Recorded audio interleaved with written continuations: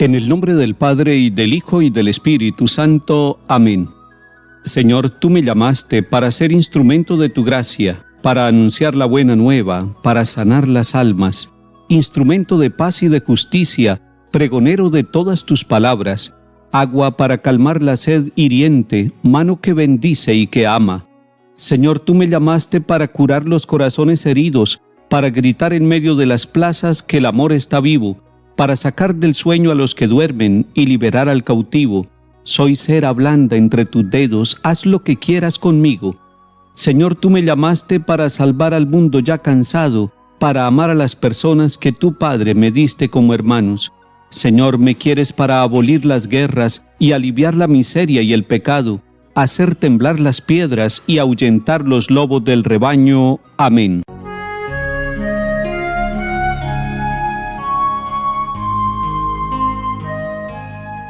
Lectura del libro del Éxodo, capítulo 34.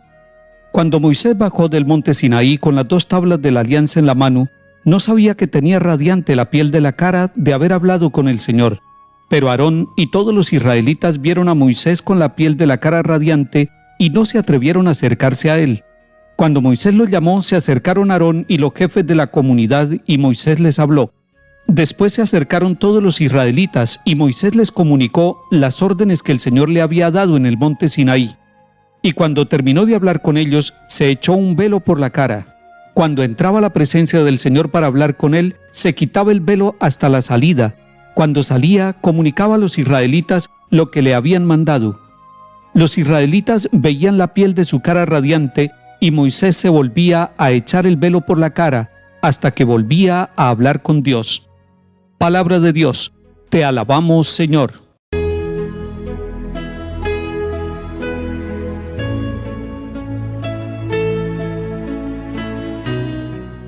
Recordemos que en el capítulo 33 del libro del Éxodo se nos decía que Moisés hablaba cara a cara con Dios. Este cara a cara, este rostro a rostro, nos manifiesta un diálogo directo con Dios. Y hemos dicho que Moisés era el mediador con Dios.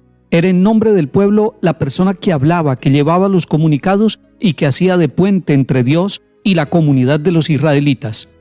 También nos encontramos con que el pueblo de Israel se sintió solo, cuando en capítulos anteriores veíamos que Moisés iba durante 40 días y 40 noches a hablar con Dios. En medio de esa aparente soledad, el pueblo se confunde, y Aarón también se confunde con todo el pueblo.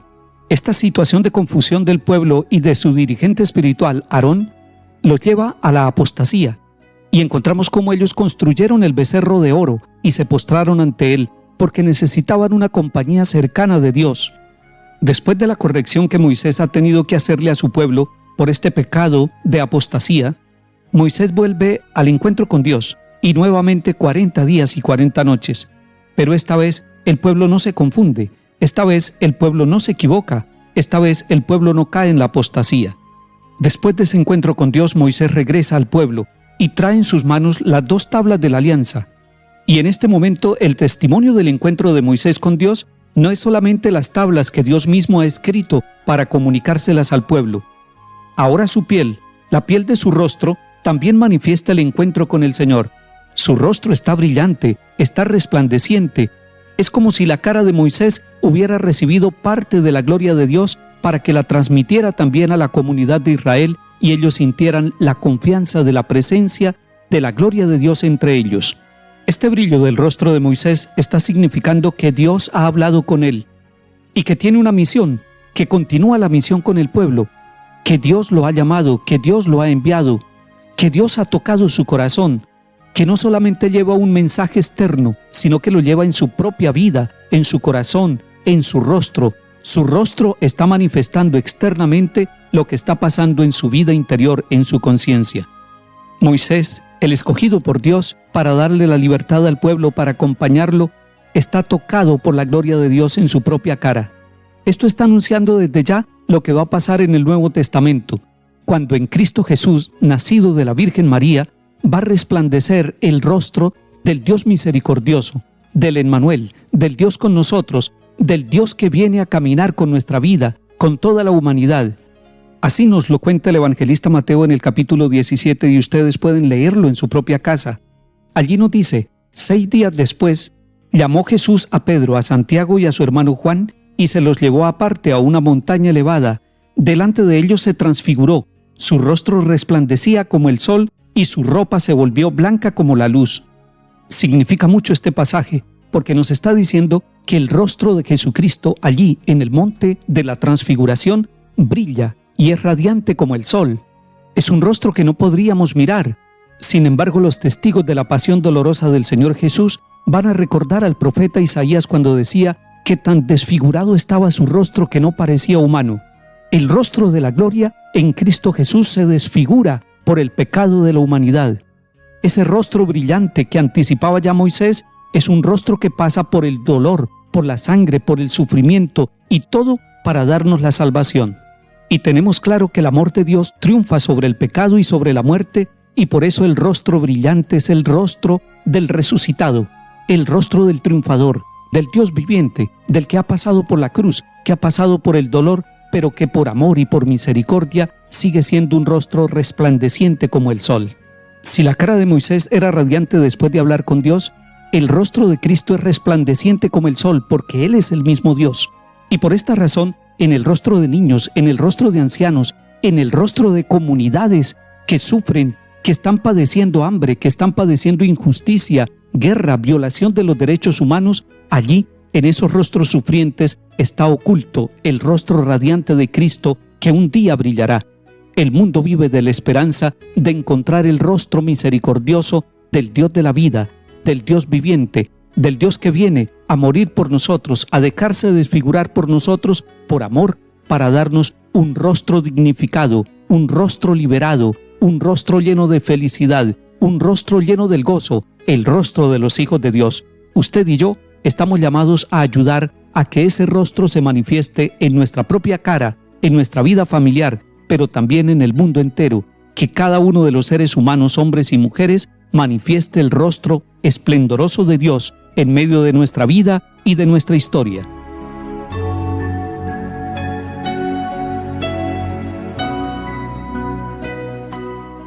Salmo 98. Ensalcen al Señor Dios nuestro, póstrense ante el estrado de sus pies, Él es santo. Moisés y Aarón con sus sacerdotes, Samuel con los que invocan su nombre, invocaban al Señor y Él respondía. Dios les hablaba desde la columna de nube, oyeron sus mandatos y la ley que les dio.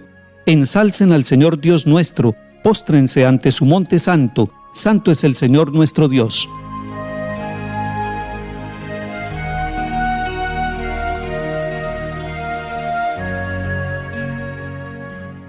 Lectura del Santo Evangelio según San Mateo, capítulo 13. En aquel tiempo dijo Jesús a la gente: el reino de los cielos se parece a un tesoro escondido en el campo. El que lo encuentra lo vuelve a esconder, y lleno de alegría va a vender todo lo que tiene y compra el campo. El reino de los cielos se parece también a un comerciante en perlas finas, que al encontrar una de gran valor, se va a vender todo lo que tiene y la compra. Palabra del Señor. Gloria a ti, Señor Jesús.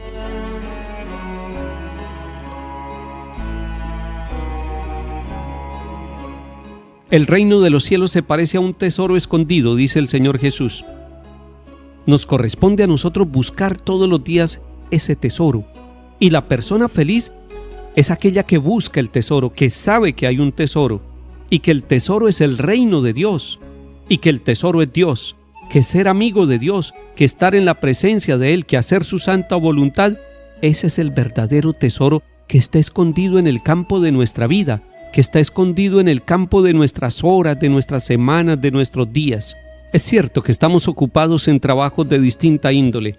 Es cierto que nuestra mente y nuestro corazón está lleno de responsabilidades, pero no se nos puede olvidar nunca que hay un tesoro escondido en el campo de nuestra vida y que tenemos que buscarlo.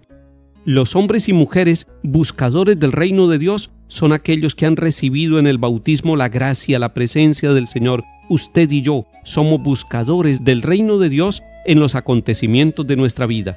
Y en el momento en que encontramos ese tesoro, dice Jesús en el Evangelio, el que lo encuentra lo vuelve a esconder y lleno de alegría va a vender todo lo que tiene. Es lleno de alegría que vende lo que tiene. Es decir, se desprende para darle la prioridad a ese tesoro, es capaz de sacrificarlo todo lo demás, pero con alegría, para hacerse dueño de ese tesoro, de ese campo, que es el lugar donde ha encontrado la verdadera felicidad y la verdadera salvación que es Dios.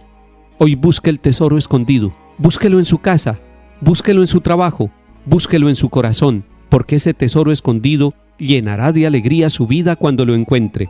El tesoro escondido es Dios Padre, es el reino de Dios, es Jesucristo el Señor, son los sacramentos, es el camino del Evangelio y de la Buena Nueva. Que el Señor nos bendiga y acompañe en el nombre del Padre, y del Hijo, y del Espíritu Santo. Amén.